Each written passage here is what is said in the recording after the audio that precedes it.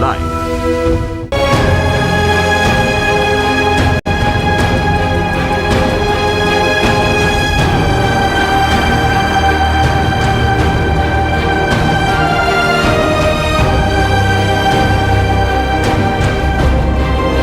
ගමට සතුට ගෙන එන ගම්මැද්ද රට නගන ජනපෞර.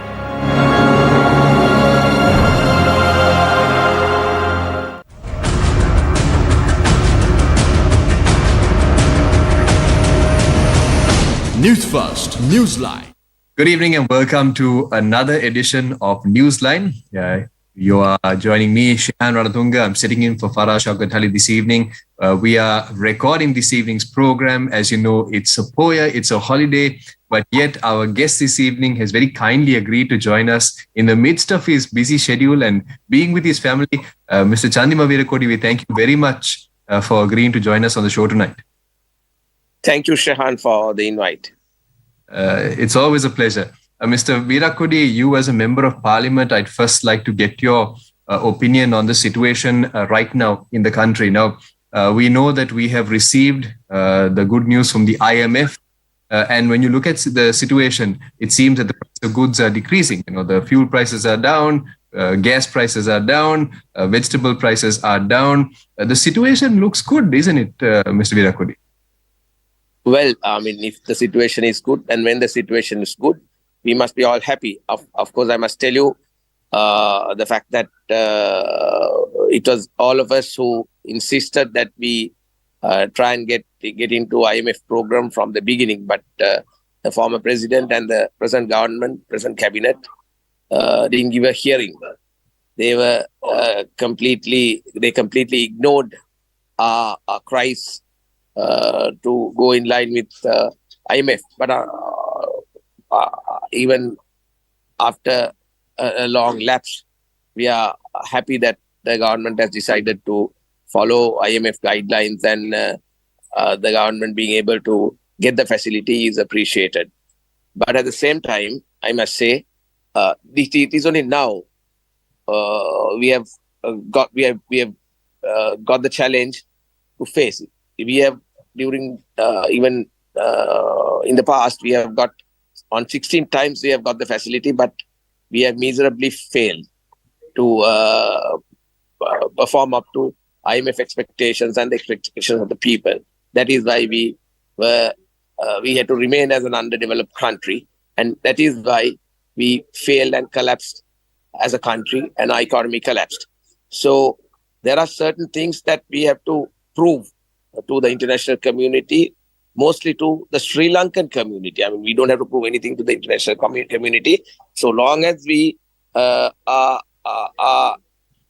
as a government, as a country, in a position to perform governance in line with democratic values. And so long as we don't interfere with judiciary, so long as we are transparent and we are not into corruption, so long as we are in a position to be known as a country which is known, I mean, we are known as Democratic Socialist Republic of Sri Lanka. If we can maintain the fact that ours is a true democracy, then I think we will be able to go for the next tranche. We will be able to get assistance from other like places like ADB, World Bank, and so on. So it is now up to the government to perform. People have done their best to support, and as opposition, we have always been requesting the government to do the right thing. So it is now up to the president and the government to do the right thing. And we must understand, of course, we are happy, grateful over the fact that we have got $330 million. But at the same time, we must have a steady program. We must have a target so that we will have foreign remittances continue to flow into the country due to our exports and due to the performance of the country, not about expecting grants or having to expect other people to give us a handout. Mr. Weerakkody, now in your opening statement, you've mentioned a lot of very important terms, trigger words. In fact, I'd like to bring them up at various points. But first and foremost, now you yourself are a member of the ruling party. Let's say you were elected to parliament through the Sri Lanka Podujana Peramuna, but of course, as you said, now with a member of the opposition. So as a member of the opposition, Mr. Weerakkody, how is it that you intend to contribute to ensure that Sri Lanka doesn't go to the IMF again over another failed IMF program? Well, our duty as members of the opposition is to pinpoint the government and tell them, criticize constructively to get them on the right track and get whatever that is best for the country. So we have been telling that, and even now we are openly telling the government not to interfere with judiciary, be transparent, not to be corrupt, and to do whatever possible so that the investors feel free to come into the country, improve tourism, so that for the tourists to come to Sri Lanka, we must give the message that we are a safe country. So, but unfortunately, at times we don't see such things. Now the parliamentary democracy is not. I mean, the parliament is not allowed to perform on its own. So, which is it is always being interfered with. Now I know for a fact. Now we are now the Public Finance Committee is an important committee of Parliament as regards a development of the country and the economy, and especially in order to maintain that the country is committed to follow our development programs in a very transparent manner. But I must tell you, as of now, the chair of the Public Finance Committee remains unappointed, remains vacant. The authority to appoint is with the Committee of Selections. But now it's over a month and a half. The Committee of Selection has not been able to appoint an opposition member to the position. We know for a fact that our member Harshadi Silva was doing a good job of work, and it was appreciated by everyone. So we as committee members, we did our best to contribute for the betterment of the country. But unfortunately, even on the 4th, yesterday, the committee was scheduled to make an appointment, but that has again been postponed. And the last time, we were not able to hold the meeting because a pro tem chairman has not been appointed by the speaker. At least a pro tem chairman has not been appointed. So which is not what is expected by the government to commit. So I think that appointment can be easily be done by the speaker and the Committee of Selections. So by such conduct, your damage in the government is damaging whatever IMF and other facility that this country is getting and what we are yet to get in time to come. We must have a free judiciary. Every law must be must be equal to the law of the country. But as you know, the elections are being postponed, and there are government attempts to postpone elections indefinitely. That is obviously seen by anyone in the country, and the international monitors also are observing these things. And many countries and organizations have advised the government to hold local government elections at a time where the provincial elections are postponed indefinitely. And a president who has not been elected by the people is in charge of the executive, in charge of presently he is keeping the parliament under control, because at any given time he can dissolve the parliament. So parliament members are, I know majority of the members are reluctant for an early dissolution. So as a result of that, the president can get all of them to dance according to the tune, and the provincial councils are controlled by him. So are the local government bodies. So at a time like this, when the Supreme Court of Sri Lanka gave an order directing the Secretary Treasury not to withhold money that was allocated by the budget by a vote of parliament for elections, so that free, fair elections could be held. When an interim order was given, in a matter, the main order has not been delivered. Now there is an attempt to bring judges concerned before the Parliamentary Privileges Committee. If you may look at Article 111C of the Constitution, it is not possible to call judges before the Parliamentary Privileges Committee. And obviously, when you look at the Parliamentary Privileges Act, there is no provision in the Parliamentary Privileges Act to interfere into the matters of judiciary. And when Parliament, it is the Parliament that enacted the Constitution. It is the Parliament that created 3 independent pillars for the governance of this country. So, but unfortunately, the same Parliament, the Speaker of the same Parliament, is trying through the Privileges Committee to get the Supreme Court judges before a committee and influence them, or to intimidate them, or to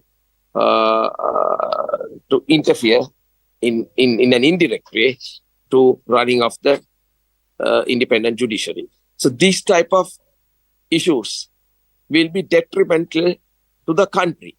So it is not the opposition that can prevent the damage that will be caused to the country when implementing future programs like IMF. It is the government that should be mindful of such conduct of theirs and prevent such illegal activity or unlawful activity or undemocratic activity happening in this country for the betterment of the country. Mr. Chandima Weerakkody, we'll now cross over for a short commercial break. We'll take a look at the headlines, in fact, but we'll be right back.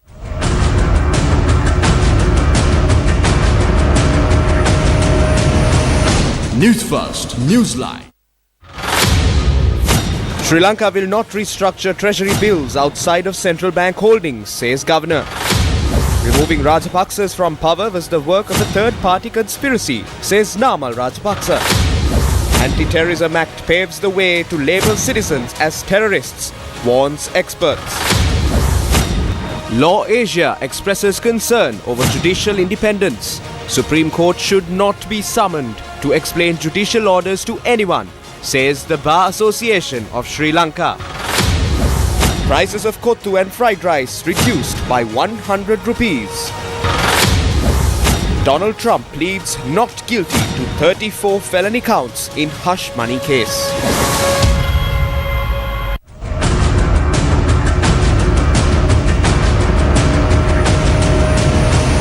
Newsfirst, Newsline. Good evening and welcome back to Newsline. You're with me, Shehan Ranatunga, sitting in for Farah Shaukat Ali. Our guest this evening is Member of Parliament, Mr. Chandima Weerakkody. Mr. Weerakkody, we discussed the status of Sri Lanka at present. Now I'd like to get your opinion on something which is making waves, particularly in political fora, and that is, I want to get your opinion on this anti-terrorism bill. Mr. Weerakkody, there have been calls for the Prevention of Terrorism Bill, or rather the Prevention of Terrorism Act, to be repealed. And now the government has brought forward the anti-terrorism bill, promising to repeal the PTA and replace it with this. Can I get your opinion on this bill? Well, that is another. I mean, we have always had democratic issues relating to democracy. That has been a huge challenge for the country in order to maintain our international relations. So, one of the key such issues has been the Prevention of Terrorism Act, which was, of course, useful at a time we were faced with a terrorist issue. Now, since we have come out of it, the international community as well as the Sri Lankan community wanted something which is not as draconian as the Prevention of Terrorism Act. That act was called a piece of draconian legislature in Sri Lankan laws, among Sri Lankan laws.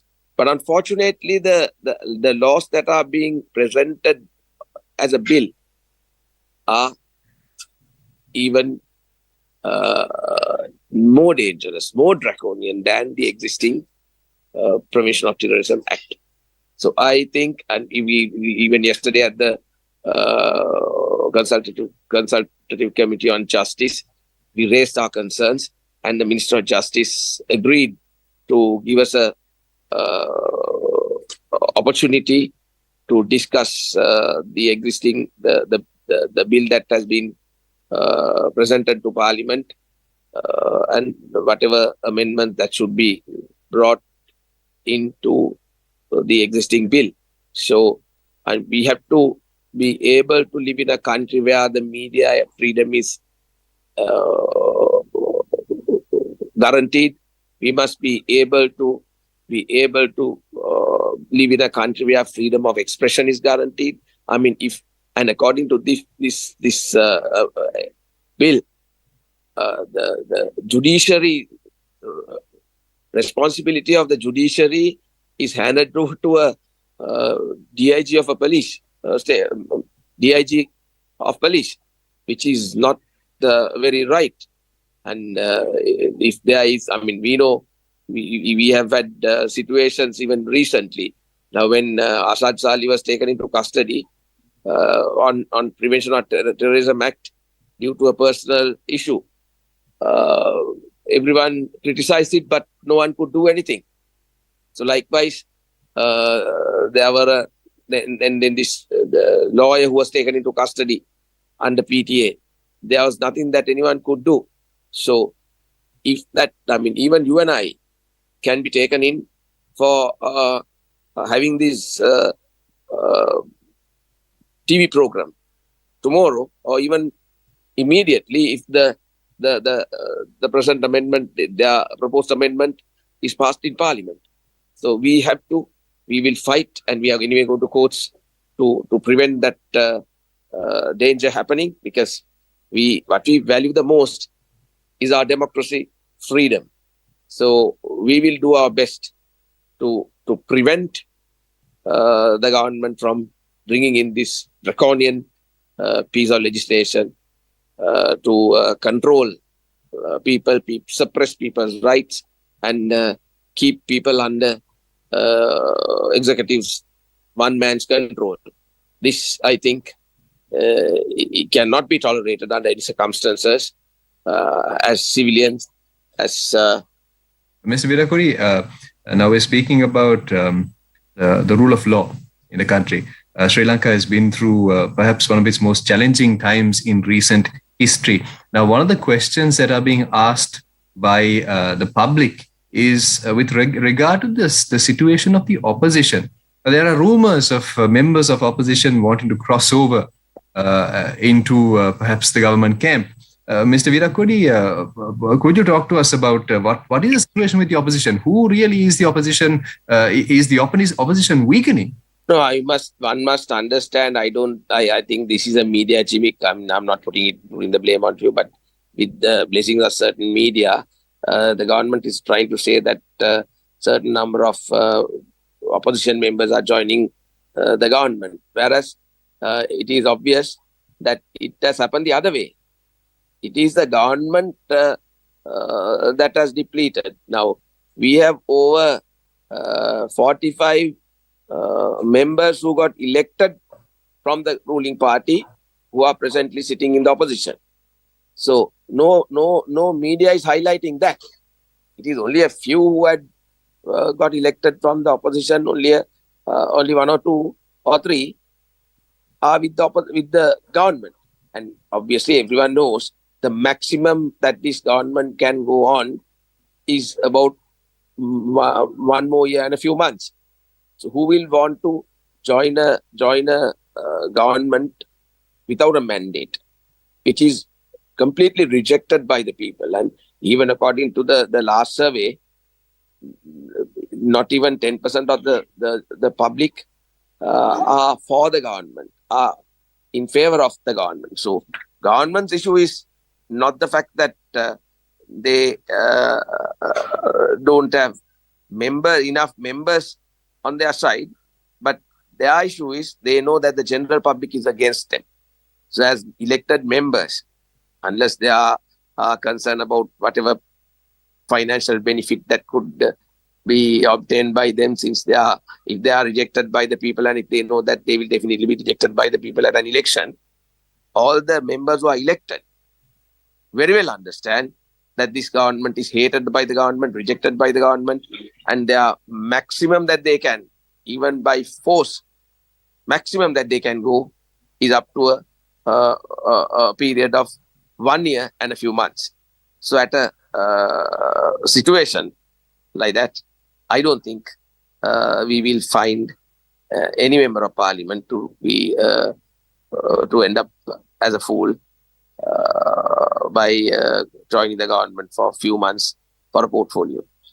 Mr. Weerakkody, just very recently, SLPP MP and former Minister Namal Rajapaksa, he said that there was a deliberate operation at play to destabilize the country during Gotabaya Rajapaksa's administration. And he says once again that there are deliberate attempts to destabilize the country. Do you agree with that? Well, Gotabaya Rajapaksa himself has to take the responsibility for most of what happened to the country's economy, country's security situation. The fact that all of us, even our houses are burnt. He is I don't know, I mean, with all that, we are protecting him using our own money to giving him 17 vehicles or close to 1 million rupees for his food. And now he has got a new house also, which is maintained by the government. There is no reason for anyone to organize anything to jeopardize the country unless people feel it, and people feel it that the government is not sensible towards and sensitive towards people's feelings, expectations, and they are not ready to implement the change what people expected at the Aragalaya. So, I mean, Aragalaya, there are good sides and bad sides of Aragalaya. There are certain issues that the entire country wanted resolved. So, if the government is not mindful of that, and if they think now that they are back in power, now that the IMF has come, now that they can attack people, take people into custody, control people with the use of army and police, I think they're mistaken. So just by trying to use media and play games, they will not be successful. They have to be genuine. If they really want to bring back people's support, they have to be able to be genuine and work towards expectations of the people. But these type of talk will only aggravate whatever the situation that is now in the grassroots. Now the hate towards the ruling party, ruling family will get aggravated if you try to talk big. A final question, Ms. Weerakkody, before we let you go, is now there's already talk about the next presidential candidate. There are various names being mentioned, including the current president, and that he's a potential presidential candidate for the ruling party. Mr. Weerakkody, you are now a part of the opposition. Who do you think is the most suitable leader for Sri Lanka going ahead? Well, now it's obviously the leader of the opposition has proven himself. And he has already, now usually the economic policy and other policies are put forward close upon elections. But in his case, he has already put his policies forward, and it is up for the people to discussion. And he can be questioned directly, and his team also can be questioned as to what should be done and as to how it should be done, how it is to be done. So we are ready as opposition to take over the country. And our policies are very clear. We are not criticizing all what the government is doing. Whatever that is positive, whatever that can be acceptable towards development of the country has always been supported and appreciated. And the issues that the government doesn't understand can be addressed. And we are just not saying, we are not just criticizing. We have our solutions we know how to handle. So I think at the next election, before the next presidential election, we as opposition will be able to gain power and take the country forward as expected by the people, as expected